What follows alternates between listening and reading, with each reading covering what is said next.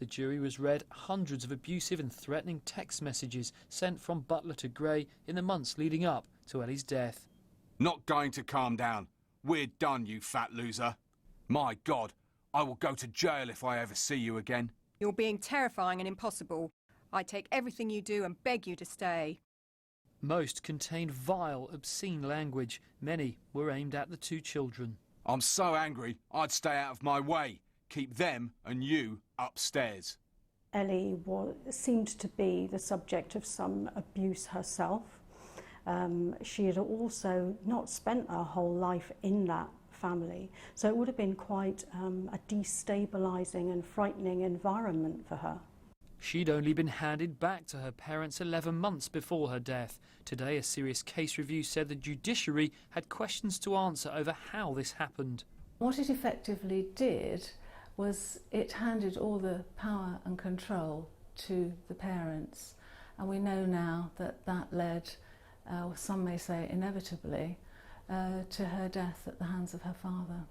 Ellie's post-mortem examination revealed she'd suffered numerous injuries, one a broken shoulder just weeks before she was killed, caused by Butler. He and Gray were also convicted of child cruelty for failing to get their daughter any medical attention. The trial was frequently interrupted by Ben Butler's foul-mouthed outbursts, protesting his innocence, describing key witnesses as corrupt. Jenny Gray stood by him, visiting in prison nearly 200 times. But in his sentencing remarks, the judge described Butler as self-absorbed, ill-tempered, violent and domineering, who regarded his family as trophies who should obey his every whim. He'll serve at least 23 years in jail. Gray, exceptionally naive and stupid, the judge said, for putting Butler above her children, was sentenced to 3.5 years.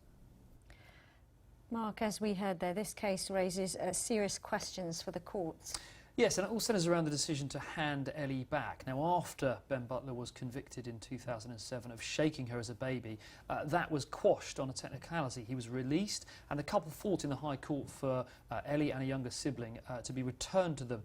Now, eventually they were, and this serious case review focused on sort of how that happened, really, because it had a profound impact on the case. Now, basically, it concluded the judge, Lady Justice Hogg, once she had made up her mind this medical evidence didn't hold, she ignored all other evidence. Ben Butler's 18